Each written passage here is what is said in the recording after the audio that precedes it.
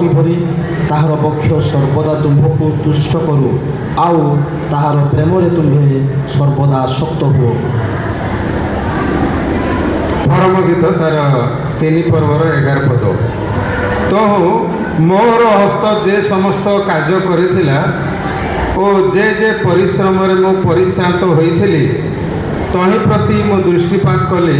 ଆଉ ଦେଖ, ସବୁ ଅସାର ଓ ବାୟୁର ପଶ୍ଚାତନ ମାତ୍ର। ପୁଣି ସୂର୍ଯ୍ୟ ଆସନ୍ତୁ ଆମେ ବାକ୍ୟ ଅଧ୍ୟୟନ କରିବା। ଆଦି ତାର 2 ପର୍ବ 21 ଏବଂ 22 ପଦ। ଆଦି ପୁସ୍ତକ 2 ପର୍ବର 23 ଏବଂ 24 ପର୍ବ। ତହୁଁ ଆଦମ 2 ପର୍ବର ତାର 19-20 ପବିତ୍ର ବାଗଦାନ ଏବଂ ବିବାହ କାର୍ଯ୍ୟରେ ଯୋଗ ଦେଇଥିବା ପ୍ରତ୍ୟେକଙ୍କୁ ମଣ୍ଡଳ ପକ୍ଷରୁ ଯେଉଁ ପ୍ରଭୁଙ୍କର ଦାସମାନଙ୍କୁ ଅଭ୍ୟର୍ଥନା କରାଯିବ ନିଜର ଉପସ୍ଥିତି ସେ ଆସନ ଗ୍ରହଣ କରିବା ହୁଅନ୍ତୁ। ଏବଂ ଗୁଣପୁର ବାପ୍ଟିଷ୍ଟ ମଣ୍ଡଳ ଯେତେ ବନ୍ଧୁ ଜ୍ଞାତି ସମସ୍ତଙ୍କୁ ମୋ ଆନ୍ତରିକ ଭକ୍ତିର ନମସ୍କାର ଜଣାଏ। ନମସ୍କାର। ଆସନ୍ତୁ ଆମମାନେ ଏହି କାର୍ଯ୍ୟକ୍ରମ ଆରମ୍ଭ କରିବା ପୂର୍ବରୁ ପ୍ରାର୍ଥନା କରି ଆରମ୍ଭ କରିବା। ଆମମାନଙ୍କ ମଣ୍ଡଳୀର ଲିମାଦିକ ପ୍ରାରମ୍ଭିକ ପ୍ରାର୍ଥନା କରିବେ। ଆମମାନେ ସମସ୍ତେ ପ୍ରାର୍ଥନାରେ ମହାମହିମ ସ୍ୱର୍ଗସ୍ଥ ପିତା ପରମେଶ୍ୱର, ତୁମର ପବିତ୍ର ମହତ ଆଶ୍ଚର୍ଯ୍ୟ ଅଲୌକିକ ସର୍ବୋତ୍କୃଷ୍ଟ ନାମର ଧନ୍ୟବାଦ ପ୍ରଶଂସା ଗୌରବ ସ୍ତୁତି ବନ୍ଦନା କରୁଛୁ। କାରଣ ତୁମର ସମସ୍ତ ଯୋଜନା ମାନଙ୍କ ନିମନ୍ତେ କେତେ ଯେ ଆଶୀର୍ବାଦଦାୟକ, ଅନୁଗ୍ରହଜନକ, ମଙ୍ଗଳମୟ ଆମମାନଙ୍କୁ ଅନୁଭବ କରିବାର ଅନୁଭୂତି ଦେଇଥିବାରୁ ତୁମ ମହତ୍ ନାମର ଧନ୍ୟବାଦ ଦେଉଛୁ। ପ୍ରଭୁ, ଗୁଣପୁରର ଏକ ଯୁବାଙ୍କ ସହିତ ଆମମାନଙ୍କର ଗ୍ରାମର ଏକ ଯୁବତୀଙ୍କୁ ତୁମେ ଗୋପନୀୟ ଭାବରେ ରଖି ଆଜି ବାଗଦାନ ମାଧ୍ୟମ ଦେଇ ସେମାନଙ୍କୁ ତୁମେ ପରିପ୍ରକାଶ କରିବାକୁ ଯାଉଥିବାରୁ ତୁମର ମହତ୍ ନାମର ଧନ୍ୟବାଦ ପ୍ରଶଂସା କରୁଛୁ। ଉଭୟ ବାଗଦାନ ଏବଂ ବୈବାହିକ କାର୍ଯ୍ୟ ଯେଭଳି ପବିତ୍ରତାର ସୌନ୍ଦର୍ଯ୍ୟରେ ତୁମ ଉପସ୍ଥିତିରେ ତୁମ ଆଶୀର୍ବାଦର ପୂର୍ଣ୍ଣତାରେ ସାଧିତ ହେବାକୁ ପାରିବ, ସେ ଅନୁଗ୍ରହ ଦେଇ ଆଶୀର୍ବାଦ କର। ଆରମ୍ଭରୁ ସମାପ୍ତି ପର୍ଯ୍ୟନ୍ତ ତୁମେ ସମସ୍ତ କାର୍ଯ୍ୟରେ ଇମାନୁଏଲ ପରମେଶ୍ୱର ହୋ। ଧନ୍ୟବାଦ ଦେଇ ଯୀଶୁଙ୍କ ନାମରେ ପ୍ରାର୍ଥନା କଲି ପିତା, ଆମେନ୍। ଆମମାନେ ସମସ୍ତେ ଅର୍ଥାତ୍ ଯେଉଁମାନେ ଚେୟାରରେ ବସିଛୁ ପ୍ରଭୁଙ୍କ ଗୌରବ ନିମନ୍ତେ, ତେବେ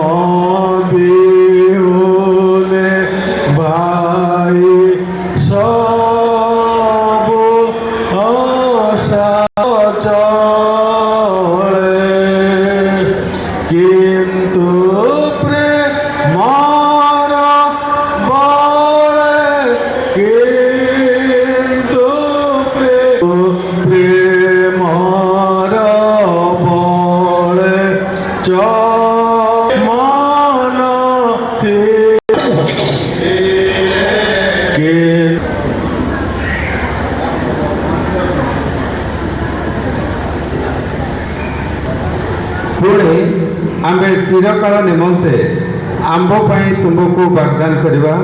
ହଁ, ଆମ୍ଭେ ତୁମକୁ ଧର୍ମରେ, ନ୍ୟାୟ ବିଚାରରେ, ସ୍ନେହପୂର୍ଣ୍ଣ କରୁଣାରେ ଓ ଦୟାରେ ଆମ୍ଭ ପାଇଁ ବାଗଦାନ କରିବା।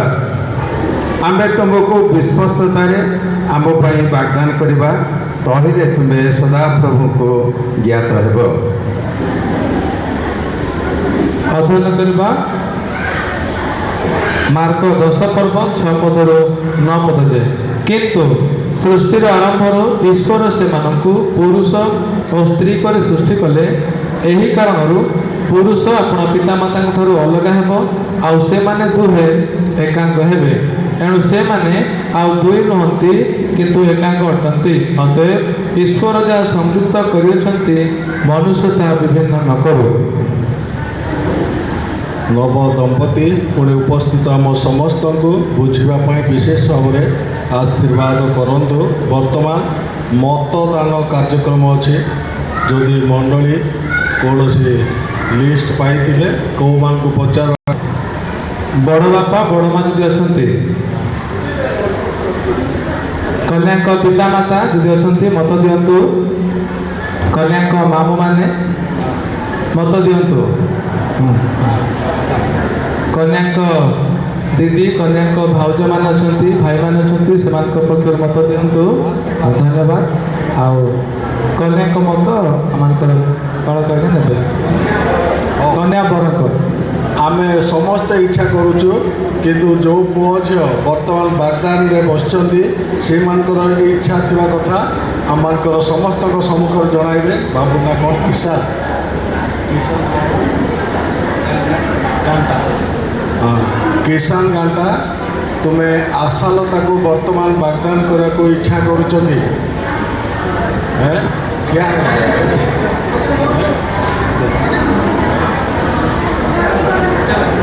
ହଁ, ଇଚ୍ଛା ଅଛି। ହଁ, ଧନ୍ୟବାଦ। ତେବେ ମହିଳା ସମିତି ସେ ଆଶାଲତାକୁ ପଚାରି, ହଁ ମହିଳା ସମିତି ମଧ୍ୟ ପାସ୍। ଧନ୍ୟବାଦ। ତେବେ ସମସ୍ତଙ୍କର ଇଚ୍ଛା ଅଛି। ବାଗଦାନ ବିବାହ ସୁପାରିଶ ପତ୍ର। ବିବାହ ସମସ୍ତଙ୍କ ମଧ୍ୟରେ ଆଦରଣୀୟ ହେଉ ଓ ତାହାର ଶଯ୍ୟା ସୂଚୀ ଥାଉ। ଏଭଳି ତାର 13 ପର୍ବର 4 ପଦ। ବରଙ୍କ ନାମ କିଷାନ ଟାକରି। ପିତା ତଥା ଅଭିଭାବକଙ୍କ ନାମ କାଲେବ ଟାକରି। ବରଙ୍କ ବୟସ 33 ବର୍ଷ। ବରଙ୍କ ବୃତ୍ତି ITDA ବିଭାଗରୁ ଡ୍ରାଇଭର କାମ କରନ୍ତି। ବର ଡୁବିତ ଅଟନ୍ତି କି ନାହିଁ? ବର ନିୟମିତ ଗିର୍ଜା ଉପାସନାରେ ଯୋଗ ଦିଅନ୍ତି କି? ହଁ। ବର କୌଣସିଠାରେ ବାଗଦାନ କି ବିବାହ କରିଛନ୍ତି କି ନାହିଁ? ବରଙ୍କ ଚରିତ୍ର ଉତ୍ତମ। ମନ୍ତବ୍ୟ: ବରଙ୍କୁ ଆମେ ଭଲ ଭାବରେ ଜାଣୁ। ଏହାଙ୍କ ନିମନ୍ତେ ଅନ୍ୟ କୌଣସିଠାରେ ବାଗଦାନ କିମ୍ବା ବିବାହ କରାଯାଇ ନାହିଁ। ଅତଏବ ଏହି ବରଙ୍କୁ ପୁରୋହିତ ଖ୍ରୀଷ୍ଟ ବିଧି ମତେ ବିବାହ ଦେବା ନିମନ୍ତେ ଗୁଣପୁର ବାପ୍ଟିଷ୍ଟ ମଣ୍ଡଳୀ ହାଉସିଂ ବୋର୍ଡ କଲୋନୀ ପକ୍ଷେ କୌଣସି ଆପତ୍ତି ନାହିଁ। ଇତି ଗୁଣପୁର ବାପ୍ଟିଷ୍ଟ ମଣ୍ଡଳୀ ହାଉସିଂ ବୋର୍ଡ କଲୋନୀ ପକ୍ଷେ ପାଳକ କାଲେବ ଟିକରି, ଡିକନ ସୁଭାଷ ଗମାଙ୍ଗ।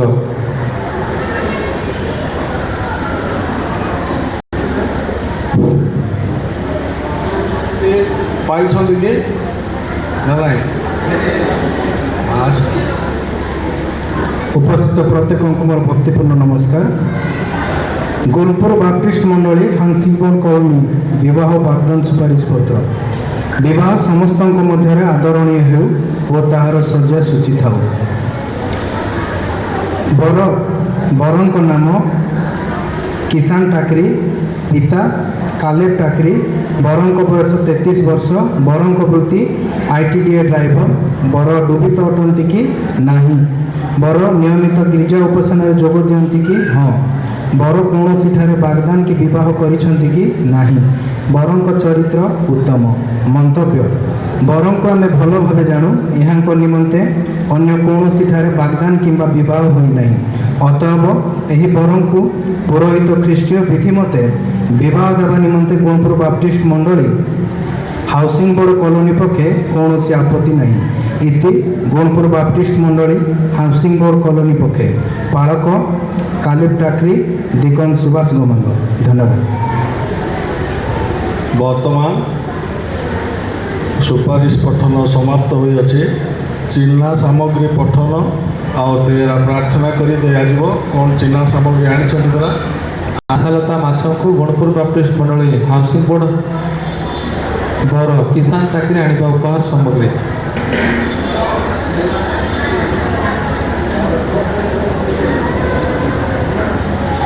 ପବିତ୍ର ବାଇବଲ 1 ଗୋଟି।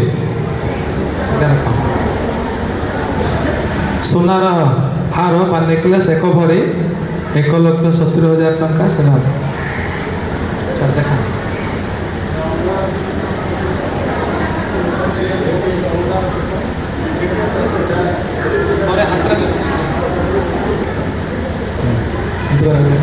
সেট বাগদান শাড়ি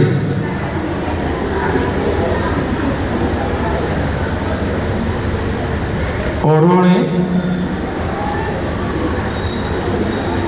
भैनिट बैग मेकअप बॉक्स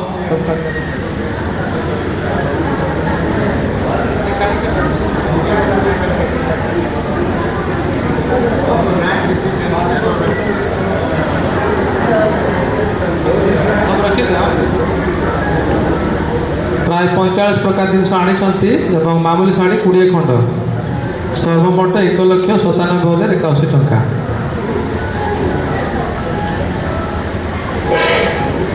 तेरे समस्त सामग्री निमंते आमने प्रार्थना कले से बर पुओ कन्या को नहीं देवे आउ से मंडलीर पालक आसचंती से तो ये झील को आम मंडली नेबे तेणु ये प्रार्थना करवा महामहिम सर्वशक्तिमान परमेश्वर तुम गौरव नाम को धन्यवाद करुछु प्रशंसा करुछु आज रे सुंदर अवकाश देथिबारु धन्यवाद करुछु कुशल रे बरजात्री को तुम्हें आनी पहुँचाइल प्रिय मंडली सहित तुम लोक मानकर सहित तुम्हें आमान को एकत्र मिलन सहभागिता दौ दौ प्रभु ये समस्त चिन्हा सामान पर प्रार्थना करुछु यहाँ को तुम्हें शुचि कर पवित्र कर गौरव तुम्हें पाओ यीशुଙ୍କ नाम रे मागुछि प्रभु आमेन।